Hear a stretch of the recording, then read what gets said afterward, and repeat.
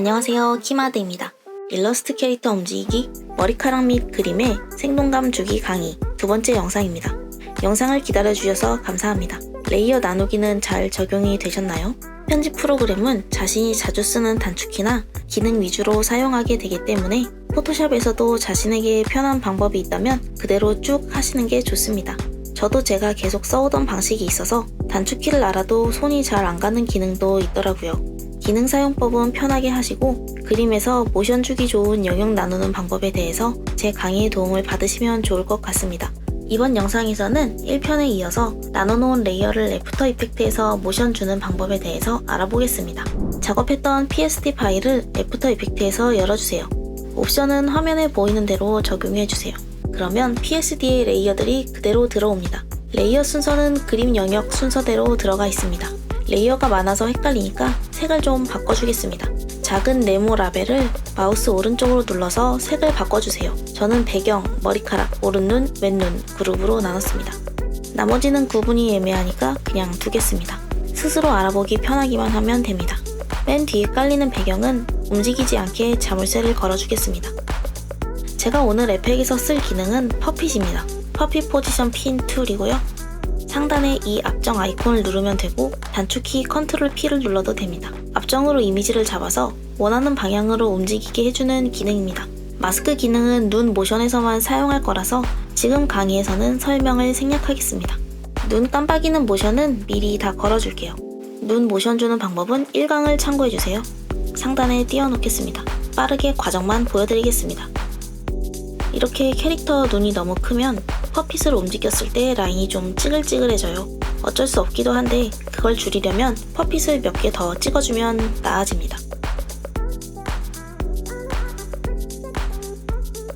모션을 걸다 보면 미리 나눴던 레이어의 영역이 딱 맞지 않을 때가 있어요. 이럴 땐 포토샵으로 돌아가서 해당하는 레이어를 보완해주면 좋습니다. 이 과정에서 한 가지 주의할 점은 이미 에펙에서 작업 중인 파일이라면 거기서 더 이상 레이어 수를 늘리거나 레이어 명을 바꾸면 안 됩니다. 그러면 링크가 깨져서 에펙에서 이미지를 잃어버릴 수도 있어요.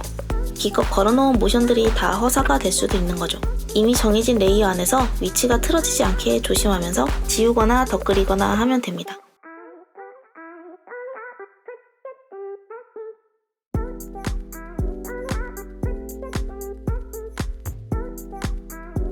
눈은 다 됐습니다. 이제 머리카락을 작업해 보겠습니다. 머리카락은 이대로는 불리한 것과 아닌 것을 구분하기가 어려워서 인물 배경 레이어는 투명도를 줄여주세요. 배경은 눈을 감기고 통째로 움직일 앞머리도 일단 눈 감고요. 그럼 불리한 머리카락들이 구분됩니다. 눈썹도 예쁘게 잘 고정되어 있네요. 앞머리 레이어를 선택하고 인디케이터를 0초에 둔 상태로 퍼핏 툴을 선택해서 머리카락을 앞, 중간, 뒤로 찍어주세요. 인디케이터를 3초 정도 옮기고 모근에 해당하는 부분은 그대로 두고 중간과 뒤의 키프레임을 적당하게 살랑이게 이동시켜주세요. 이렇게 왔다 갔다 하면서 살랑거릴 겁니다. 그러면 키프레임을 일일이 반복해서 찍어줘야 할까요? 이런 왕복 동작의 경우엔 익스프레션을 활용하면 됩니다. 퍼핏 이펙트의 세부를 열고 Alt를 누른 상태에서 이 스탑워치 아이콘을 클릭해주세요. 그러면 이렇게 표현식을 넣을 수 있게 되는데요. 루프 아웃 핑퐁을 적어주세요.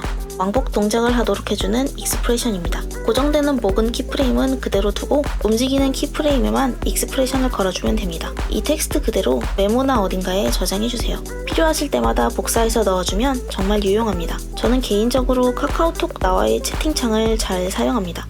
여러가지 파일을 옮길 때도 편하고 공지로 띄워놓으면 파일이나 메모장을 새로 열 필요도 없이 어떤 PC에서나 열어볼 수 있고 정말 편리합니다. 아무튼 다시 에펙으로 돌아와서 모든 머리카락들을 아까와 같은 방법으로 움직여줄게요. 다만 모두 같은 방향, 같은 시간대를 움직이면 부자연스러우니까 하나를 3초 간격으로 했다면 다른 건 3.5초, 4초 이런 식으로 약간의 변화를 주겠습니다. 익스프레션도 모두 걸어주고요.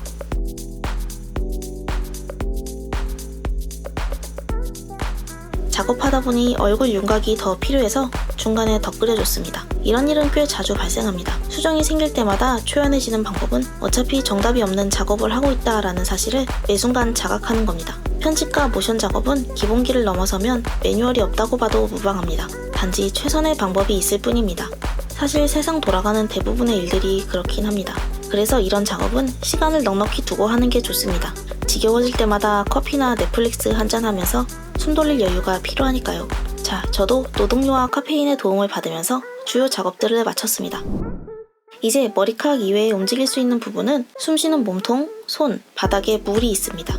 바닥에 물부터 작업해 보겠습니다. 물은 배경에서 붙어있는 상태에서 출렁이는 느낌만 주는 거라서 간단합니다.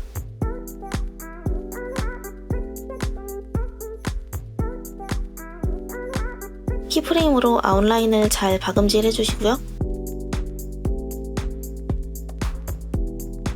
출렁일 부분만 몇 개 키프레임을 중간에 찍어주겠습니다.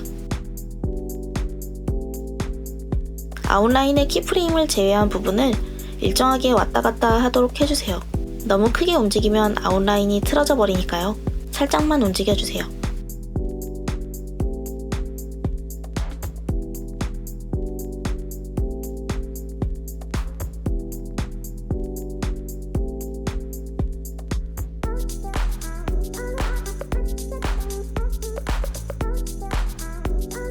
몸통 움직이기도 비슷합니다. 물과 연결된 부분과 목은 움직이지 않게 하고 나머지 중간 영역을 숨쉬는 느낌으로 움직여주는 겁니다.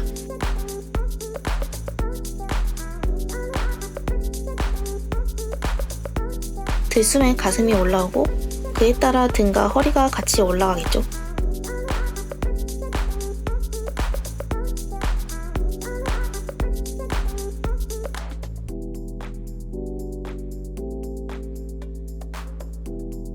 고정 키프레임 이외에 움직이는 키프레임에는 익스프레션도 걸어주시고요. 이제 마지막으로 이미지의 맨 앞 영역에 있었던 식물이 남았습니다. 작업은 맨 처음에 했는데 모션은 제일 마지막에 주게 되네요. 이것도 아웃라인이 사라지지 않도록 고정해주고 찰랑이는 움직임을 줍니다.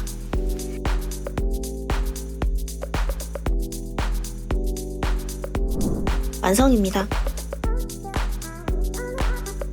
여기서 이 그림에 조금 더 생동감을 주려면 빛 효과를 넣어주면 좋습니다. 그 전에 인물이 조금 더 튀어나와 보이도록 배경을 눌러줄게요. 배경 레이어를 선택한 상태에서 이펙트 패널에서 레벨을 검색해서 더블 클릭합니다.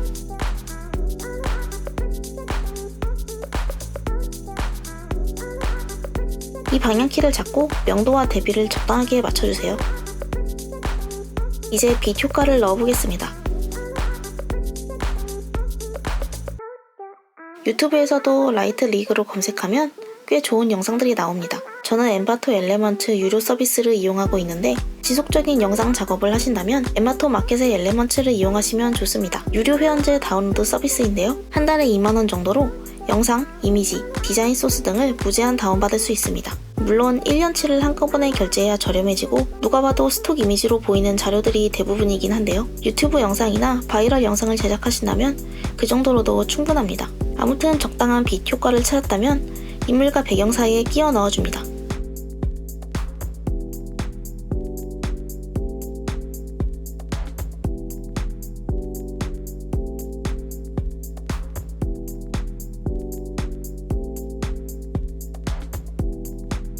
이제 정말 완성입니다. 조금 고된 작업이지만 이렇게 레이어를 정확히 나눠서 작업해 놓으면 인물의 앞뒤로 다른 효과를 줄 수도 있고 요소들의 색이나 투명도, 크기 등을 자유롭게 조절할 수 있어서 활용도가 높아집니다. 이번 강의는 여기까지입니다. 긴 영상을 시청해주셔서 감사합니다. 이 내용이 여러분의 작업에 도움이 됐다면 정말 기쁘겠습니다. 다음엔 어떤 영상을 하면 좋을지 고민하고 돌아오겠습니다. 키마드였습니다.